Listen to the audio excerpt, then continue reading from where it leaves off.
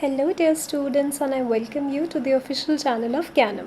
I hope you all are doing well. You are staying at home, taking care of yourself. पढ़ाई भी कर रहे हो अच्छे से, ठीक है? ये टाइम हमें यूटिलाइज़ करना है अपना पूरे तरीके से. तो चलिए स्टूडेंट्स, हमने काफ़ी सारे लेक्चर्स कर लिए हैं हायर एजुकेशन के, है ना. आज हम क्या करेंगे, एग्ज़ाम में किस तरह के क्वेश्चंस हमें पूछे जा सकते हैं, ठीक है. Today we are going to do important higher education questions. Try करें कि पहले जब मैं क्वेश्चन को पढ़ूं, है ना, उस समय खुद आंसर एक बार ढूंढने का कोशिश करें. मैं तो आपको फिर साथ के साथ बता ही दूँगी, ठीक है. ज़्यादा टाइम ना लेते हुए चलिए आज का क्वेश्चन स्टार्ट करते हैं. फर्स्ट देखो, which of the following are the objectives of Rashtriya Uchchatar शिक्षा अभियान रूसा. आपको याद हो, मैंने आपको एक लेक्चर में ये करवाया था, है ना. देखो, पढ़ के क्या पता लग रहा है कि ये कौन सी शिक्षा है, ये उच्चतर शिक्षा है ना. उच्चतर कौन सी होती है, हायर एजुकेशन होती है. अब इन्होंने हमसे पूछा उसका ऑब्जेक्टिव, राइट. अब देखो ऑब्जेक्टिव्स में क्या है, to improve the overall quality of state institutions. हो सकता है ये, सोचो. अगला देखो, to ensure adequate availability of quality faculty. अब देखो, अगर हमें इसके ऑब्जेक्टिव्स बताने हैं ना, पहले तो एक चीज़ समझो, ओवरऑल क्वालिटी ये जो है, देखो राष्ट्रीय उच्चतर शिक्षा है ना, हायर एजुकेशन के लिए तो क्वालिटी तो ये बढ़ाएंगे ही बढ़ाएंगे, ये तो होना चाहिए. To ensure adequate availability of quality faculty, overall quality हो गया, क्वालिटी फैकल्टी भी चाहिए हमें. नेक्स्ट देखो, to create new institutions through upgradation of existing autonomous colleges. अब इसमें क्या बोला कि अपग्रेडेशन करी जाए ऑटोनमस कॉलेजेस की और उसके थ्रू फिर न्यू इंस्टीट्यूशंस बनाए जाएँ टेक्निकली, तो ये भी होना चाहिए. लास्ट देखो, to downgrade universities with poor infrastructure into autonomous colleges. लेकिन देखो, अगर ना हम ऑब्ज़र्व करें, डाउनग्रेड करने की अभी तक कोई बात नहीं हुई है, तो यहाँ पे टेक्निकली आपका डी वाला सूटेबल नहीं है. उन्होंने रूसा के अंदर क्या बोला कि भाई हम तो ना अपग्रेड करेंगे, डाउनग्रेड करने की तो बात ही नहीं की. तो यहाँ पे देखो ए बी सी डी ये ऑप्शन तो कट गया. हमारा आंसर क्या चाहिए हमें, ए बी एंड सी. तो हमारा आंसर यहाँ पे क्या आएगा, सेकेंड वन, ठीक है. स्टूडेंट्स, अगर कोई भी डाउट्स हो ना, प्लीज़ मेक श्योर आप कमेंट सेक्शन में पक्का पूछना. फ़िलहाल के लिए ये वाले देखो. अगला क्वेश्चन पे चलते हैं. नेक्स्ट देखो, the grounds on which discrimination in admission to educational institution is constitutionally prohibited are. Important question है और बहुत आसान है. ऐसे कौन से ग्राउंड्स हैं जिसमें डिस्क्रिमिनेशन प्रोहिबिटेड है, कि कौन से ऐसे बेसिस हैं जिसमें जो आपके एजुकेशनल इंस्टीट्यूशंस हैं वो स्टूडेंट्स में भेदभाव नहीं कर सकते. देखो, रिलीजन, क्या रिलीजन के नाम पे वो भेदभाव कर सकते हैं, सोच के देखो. नहीं कर सकते ना. मतलब वो ऐसा थोड़ी ना कह सकते हैं कि हम इस वाले रिलीजन के स्टूडेंट्स को एडमिशन देंगे, इन वालों को नहीं देंगे. तो टेक्निकली ये तो हमारा आंसर आ गया. क्या पूछा इन्होंने, कौन से ग्राउंड प्रोहिबिटेड हैं, तो रिलीजन प्रोहिबिटेड है, यस. सेक्स, मेल और फीमेल, क्या ये प्रोहिबिटेड है, बिल्कुल प्रोहिबिटेड है. प्लेस ऑफ बर्थ, क्या प्लेस ऑफ बर्थ प्रोहिबिटेड है. इसमें हमें क्या पूछा गया कि देखो, जैसे अगर मान लो किसी कोई इंस्टीट्यूशन क्या बोल सकता है कि भाई हम तो ना सिटी वाले लोगों को एडमिशन देते हैं, हम विलेजेस में पैदा होने वाले लोगों को नहीं देते, तो ये भी आ सकता है, राइट. लेकिन नेशनैलिटी, क्या नेशनैलिटी के बारे में कोई बात की गई है, बिल्कुल नहीं की गई, क्योंकि ये कॉलेजेस के डिस्क्रिप्शन के ऊपर होता है कि जो NRIs होते हैं, राइट, उनको उन्होंने किस अकॉर्डिंगली एडमिशन देनी है अपने यहाँ. तो इस बारे में कोई कॉन्स्टिट्यूशनली बात नहीं की गई है. This is discretionary in nature. लेकिन हाँ, रिलीजन, सेक्स और प्लेस ऑफ बर्थ के अंडर वो डिस्क्रिमिनेशन नहीं कर सकते. तो your answer will be A, B and C. ठीक है जी. अगले क्वेश्चन की ओर बढ़ते हैं. Which of the following core values among the institutions of higher education are promoted by NAC? अब इसमें क्या बोला गया कि core values ऐसी कौन सी हैं जो NAC प्रमोट करती है, ठीक है. फर्स्ट देखो, कंट्रीब्यूटिंग टू नेशनल डेवलपमेंट. अब ये तो इम्पॉर्टेंट है, ये तो कोर वैल्यू ही है ना, कि अगर हायर एजुकेशन है तो वो नेशनल डेवलपमेंट में भी कंट्रीब्यूट करनी चाहिए. This is a suitable answer. Fostering global competencies among the students. अब वो ये चीज़ भी तो कहते हैं कि जो ग्लोबल कॉम्पिटेंसी है वो भी स्टूडेंट्स में होनी चाहिए, कि यहाँ के स्टूडेंट्स बाहर के स्टूडेंट्स के इक्वल होने चाहिए, कि उनका लेवल एजुकेशन का सेम होना चाहिए, तो ये भी आ जाएगा. Inculcating a value system among students and teachers. अब देखो क्वेश्चन में क्या बोला गया, कोर वैल्यूज़। अब इसमें क्या बोला, इनकलकेटिंग अ वैल्यू सिस्टम, कि टीचर्स और स्टूडेंट्स के बीच में एक वैल्यू सिस्टम को बिठाया जाए, ये भी आंसर होना चाहिए। Promoting the optimum utilization of infrastructure. अब देखो जो नैक है ना, वो सिर्फ एक्रेडिशन करती है यूनिवर्सिटीज़ के बीच में, वो आप इंफ्रास्ट्रक्चर की बात थोड़ी ना करती है आपके। तो टेक्निकली ये तो आना नहीं चाहिए। इसमें क्या आएगा कोर वैल्यूज़ में, फिर ए, बी एंड सी। ठीक है, आपको ऐसे वाले क्वेश्चंस कम ही आते हैं कि एक ही ऑप्शन आपको चूज़ करना हो। आपको 4 सेंटेंसेस दे देते हैं और आपको ऑप्शन कुछ इस तरीके से आते हैं, ए बी सी डी, है ना, या A B C, B C D. तो आप हमेशा सारों को अच्छे से पढ़ेंगे गाइस। इसीलिए ना आपके बेसिक क्लियर होने बहुत इंपॉर्टेंट हैं, ताकि आप इस टाइप के क्वेश्चंस को आसानी से सॉल्व कर पाओ। ठीक है, अगले क्वेश्चन की ओर चलते हैं। The best way of providing value education is through. अब देखो ये ना हम एक बार पढ़ के ही समझते हैं। वैल्यू एजुकेशन अगर हमें देनी है किसी को, तो उसका बेस्ट वे क्या है। डिस्कशंस ऑन स्क्रिप्चरल टेक्स्ट्स, कि स्क्रिप्चरल जो स्क्रिप्ट्स हमारे पास है, वो जो टेक्स्ट हैं उनके ऊपर डिस्कशन हो, या लेक्चर डिस्कोर्स ऑन वैल्यूज़ हो, सेमिनार्स हो वैल्यूज़ के ऊपर, या मेंटरिंग और रिफ्लेक्टिव सेशंस ऑन वैल्यूज़। अब बेस्ट वे पूछा ना इन्होंने हमें, तो बेस्ट वे हमारा टेक्निकली क्या बनना चाहिए, मेंटरिंग।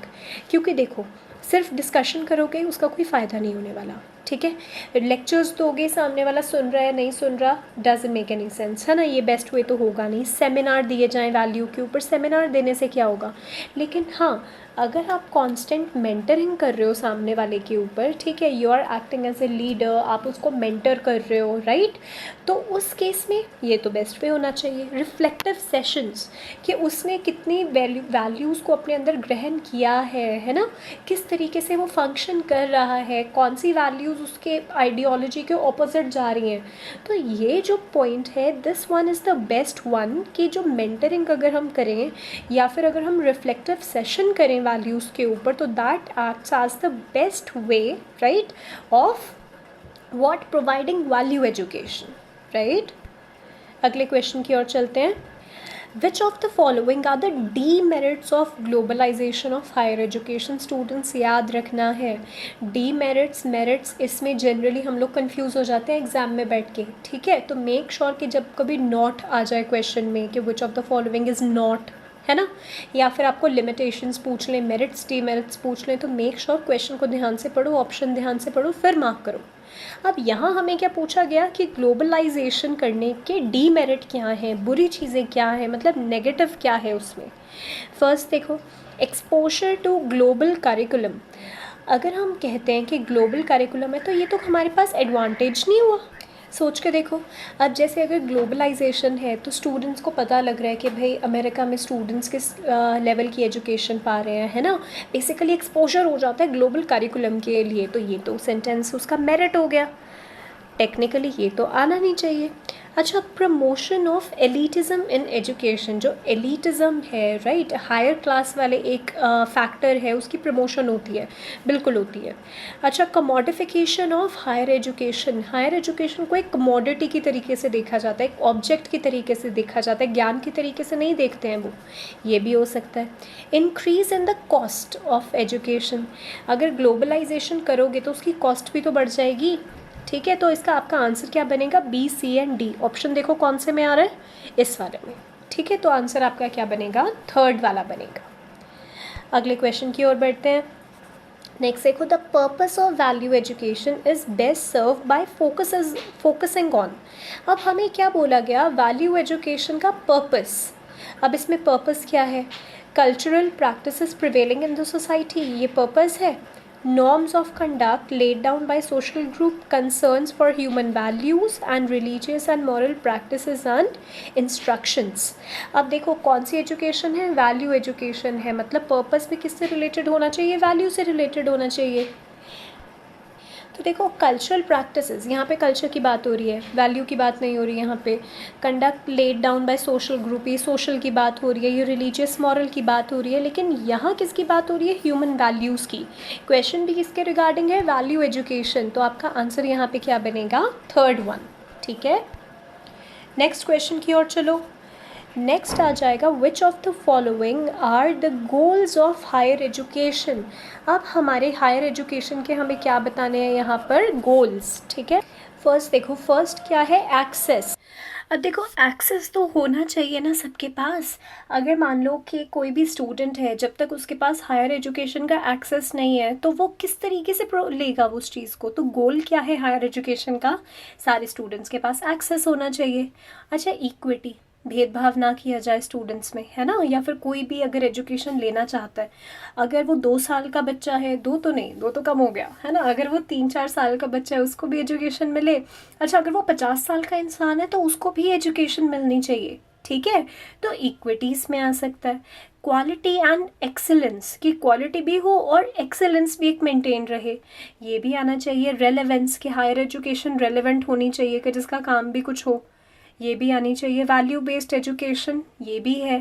लेकिन कंपलसरी एंड फ्री एजुकेशन, देखो ये पॉइंट नहीं आएगा यहाँ पे, क्योंकि हायर एजुकेशन का गोल भाई ये बिल्कुल नहीं है कि सबको मुफ्त में एजुकेशन बांटे वो, या कंपलसरी ही कर दें, ठीक है। जिसने करनी है करो, नहीं करनी ना करो, लेकिन एक्सेस सबको है, इक्विटी हम दे रहे हैं, क्वालिटी है, रेलेवेंट है, एंड वैल्यू बेस्ड है। आंसर क्या बना हमारा, A, B, C, D and E, which option, third one, ठीक है। अगले क्वेश्चन की तरफ चलो। India has the largest higher education in the world after. अब देखो इंडिया का जो एजुकेशन सिस्टम है वो हाईएस्ट, मतलब वो लार्जेस्ट है इन द वर्ल्ड आफ्टर, मतलब सबसे पहले हमें ये देखना है कि इंडिया से ऊपर कौन कौन से ऐसे आपके नेशंस हैं, है ना, जहाँ पर ज़्यादा एक उसकी इम्पोर्टेंस है। फर्स्ट देखो, USA, Australia, China and UK. Options पढ़ो, एक ऑप्शन तो कहीं पे भी नहीं दे रखा, मतलब हमें 2 तो पिक करने ही है। तो देखो याद रखना ये चीज़ कि इंडिया से ऊपर कौन कौन से आते हैं। एक तो आता है आपका यूएस, ठीक है, एक आपका आएगा यूएस एंड दूसरा है चाइना। ये आप याद रखेंगे कि इंडिया लार्जेस्ट है हायर एजुकेशन में, लेकिन इसके ऊपर भी 2 हैं, कौन कौन से, यूएसए एंड चाइना। आंसर हमारा क्या बना फिर, फोर्थ वाला, ठीक है। अगले क्वेश्चन पे चलो। Prime minister research fellowship is for students pursuing PhD program in. अब देखो ये प्राइम मिनिस्टर रिसर्च फेलोशिप कौन से वाले स्टूडेंट्स के लिए होती है जो पीएचडी कर रहे हैं, कहाँ पे कर रहे हैं। अब देखो ये वाला क्वेश्चन भी आसान है, क्या होना चाहिए इसमें आपका answer, state and central university. नहीं, ये तो नहीं बनेगा, सेंट्रल यूनिवर्सिटी नहीं, IISc, IIT, NIT, IISER नहीं। यहाँ पे आपका आंसर क्या है, IITN, IISc, ठीक है। यही आपका आंसर बनेगा। याद रखना प्राइम मिनिस्टर रिसर्च फेलोशिप किसके लिए होती है, जो PhD IIT से कर रहे हैं या फिर IISc से कर रहे हैं, ठीक है। ये थोड़े से पॉइंट स्टूडेंट्स ऐसे हैं जिनको ना याद रखना पड़ता है। चलो अगले क्वेश्चन की तरफ चलेंगे।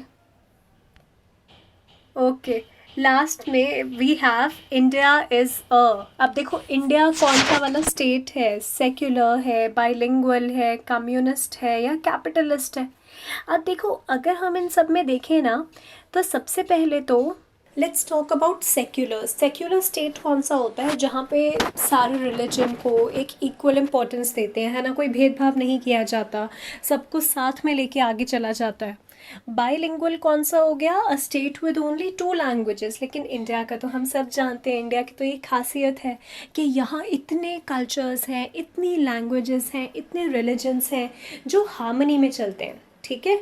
कम्युनिस्ट, कम्युनिस्ट कौन सा होता है, देखिए कौन सा होता है, जहाँ पर ना एक कम्युनिस्ट पार्टी होती है वही रूल कर रही होती है, ठीक है। We have a single communist party which is ruling all over the state. लेकिन इंडिया क्या है, इंडिया इज़ अ डेमोक्रेसी।